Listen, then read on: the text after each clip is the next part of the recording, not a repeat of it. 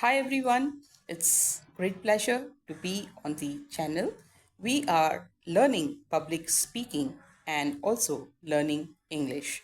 If you are unable to learn English, do not give up. We have to try and make it. We can make it when we have a positive thinking and a positive attitude. Okay, so where there is a will, there is a way. Okay, so today we are going to study make your audience a partner in your talk. Make your audience a partner in your talk. We are studying sharing the talk with the audience.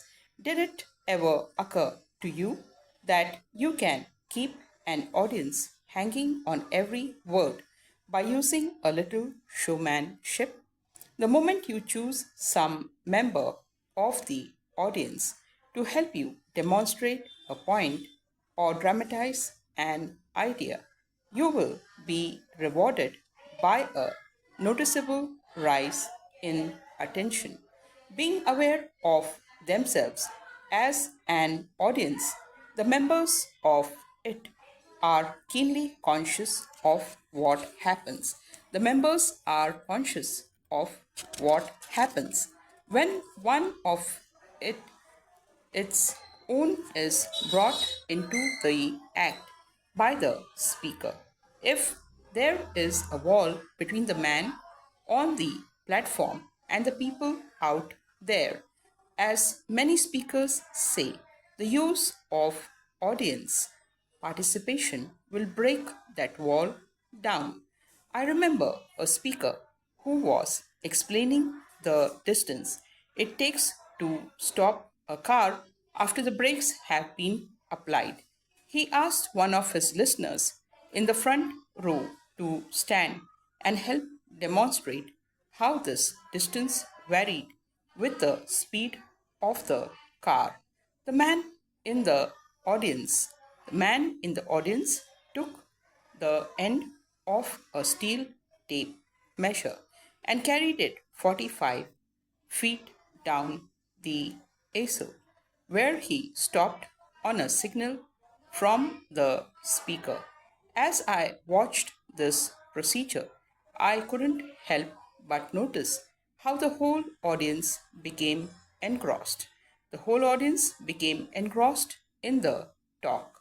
I said to myself that the tape measure, in addition to being a graphic illustration of the speaker's point, was certainly a line of communication between that speaks and the audience and this audience. Without the touch of showmanship, the audience might still be concerned with what it was going to have for dinner or what programs would be on TV that evening. One of my favorite methods of getting audience participation is simply to ask questions and to get responses. I like to get the audience on its feet, repeating a sentence after me or answering my questions by raising their heads and hearts, raising their hands. Percy H. Whiting, whose book How to Put Humor in Your Speaking and Writing contains some valuable advice on the subject of audience participation, suggests having your listeners vote on something or inviting them to help you solve a problem. Get yourself in the right state of mind, says Mr. Whiting. A state of mind that recognizes that a speech is unlike a recitation. Important point to note here it says a state of mind that recognizes that a speech is unlike a repetition or recitation, that it is designed to get audience reaction. We have to get the reaction of the audience. Yes, to make the audience a partner in the enterprise. We have to make the audience a partner in the enterprise. I like that description of the audience as a partner in the enterprise. It is the key to what this chapter is all about. If you use audience participation, you confer the rights of partnership on your listeners. Yes, it is important point. Please note it down. If you use audience participation, you confer the rights of partnership on your listeners. Play yourself down. That is the fifth point. Play yourself down. We are sharing the talk with the audience. So, in that, when we share the talk with the audience, the important point is play yourself down, which is the fifth point. You can note it down. Play yourself down. Of course, nothing will take the place of sincerity in this speaker audience relationship. Norman Vincent Peale once gave some very useful advice to a fellow minister who was having great difficulty keeping the audience intent upon this sermon. He asked this minister to question his feelings about the congregation he addressed each Sunday morning. Did he like them? Did he want to help them? Did he consider them his intellectual inferiors? Dr. Perry said that he never ascended the pulpit without feeling a strong sense of affection for the men and women he was about to face. An audience is quick in taking the measure of a speaker who resumes who assumes that he is superior in mental accomplishment or in social standing. Indeed, one of the best ways for a speaker to endear himself to an audience is to play himself down. Edmund S. Muskie, then US Senator from Maine, demonstrated this when he spoke to the American Scenic Association in Boston. I approach I approach my assignments this morning with many doubts, he said. In the first place, I am conscious of the professional qualification of this audience and question the wisdom of exposing my poor talents to your critical view. In the second place, this is a breakfast meeting and an almost impossible time of day for a fast meeting, an impossible time for a day for a man to be on guard effectively. And failure in this respect can be fatal to a politician.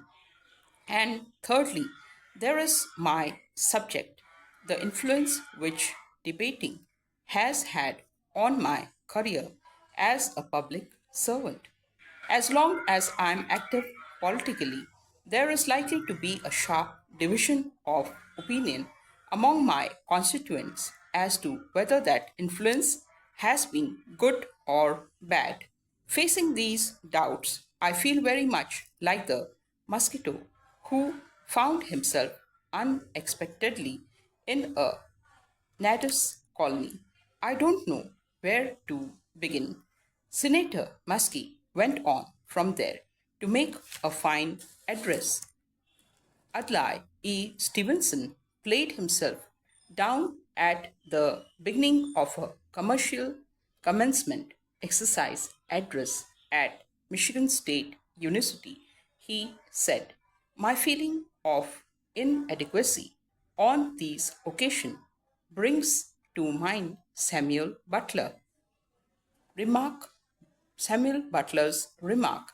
He was once asked to talk about how to make the most out of life. I think his reply was, I don't even know how to make the most out of the next 15 minutes. And I feel that way about the next 20 minutes. The surest way to antagonize an audience is to indicate that you consider yourself to be above them. Important point to note is the surest way to antagonize an audience is to indicate that you consider yourself to be above them. When you speak, you are in showcase, and every facet of your personality is on display. The slightest hint of braggadocio is fatal. On the other hand, modesty inspires confidence and goodwill. You can be modest without being apologetic. Your audience will like and expect you for suggesting you your limitations as long as you show you are determined to do your best. The world of American television is a demanding one, and every season, top rated performers fall under the withering fire of competition. One of the survivors who comes back year after year is Ed Sullivan. Ed Sullivan, who not who is an amateur in this fiercely competitive field, and he is an amateur. Some of his mannerism, yes, he is, and he survives because he doesn't presume to be anything but an amateur. Some of his mannerism on camera would have been handicaps for anyone with less natural appeal. He cups his chin in his hand, hunches his shoulders, tugs at his necktie, stumbles over words, but resent but these failings are not fatal for Ed Sullivan. He doesn't resent people for criticizing these faults. At least once a season, he hires the service of talented mimic who a talented mimic who caricaturises him to perfection, exaggerating all his faults. Ed Sullivan laughs as unaffectedly as everyone else. When this performer holds the mirror up to nature, he welcomes criticism, and audiences love him for it. Audiences like humility. They resent the show off, the egoistic. An important point to note, audiences like humility. They resent the show off, the egoistic. Henry and Dana Lee Thomas, in their book Living Biographies of Religious Leaders, said of Confucius, he never tried to dazzle people with his exclusive knowledge. He merely tried. He merely tried to enlighten them with his inclusive sympathy. If we have this inclusive sympathy, we have the key that unlocks the door to the audience's heart. Okay, so we saw the important points today. Let us remember the points, that is, make your audience a partner in your talk. And the second and the fifth point, that was play yourself down. So let us remember these points, and also let us arise and shine. So, all the best, my dear listener, and be happy. Do not quit in life, for there is always a hope. And one day we are going to be an excellent speaker, an excellent public speaker, and we are going to learn English. So, do not quit. Take care. Love you all. See you tomorrow. Bye bye.